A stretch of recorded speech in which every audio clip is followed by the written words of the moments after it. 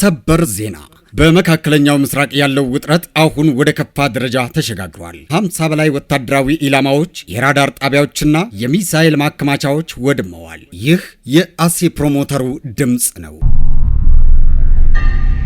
ሰላም ጤና ይስጥልን። የዓለም ዜና ከአሴ ተከታታዮች አዳዲስና ትኩስ መረጃዎችን ለማግኘት የዩቲዩብ ቻናላችንን ሰብስክራይብ ያድርጉ።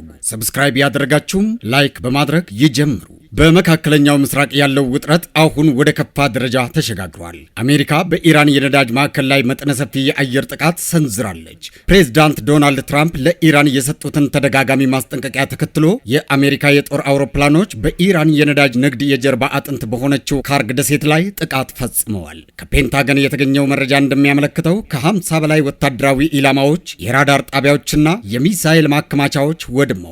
ፕሬዝዳንት ትራምፕ በሰጡት መግለጫ ኢራን የሆርሙዝ የባህር ወሽመጥን ክፍት ካላደረገች እርምጃው እንደሚቀጥል ተናግረዋል። ዛሬ ምሽት አንዲት ስልጣኔ ልትጠፋ ትችላለች የሚለው የትራምፕ ንግግር ዓለምን በስጋት ውስጥ ጥሏታል። አሜሪካ አሁን ላይ በኢራን ወደቦች ላይ ሙሉ የባህር ላይ እገዳ መጣሏን አስታውቃለች። ይህ በእንዲህ እንዳለ ኢራን በበኩሏ ዝምታን አልመረጠችም። በሳውዲ አረቢያ በሚገኘው ትልቁ የኢንዱስትሪ ቀጠና ጁባይልና በሳቢክ ፋብሪካዎች ላይ በሰው አልባ አውሮፕላኖች ወይም ድሮኖች ጥቃት ሰንዝራለች።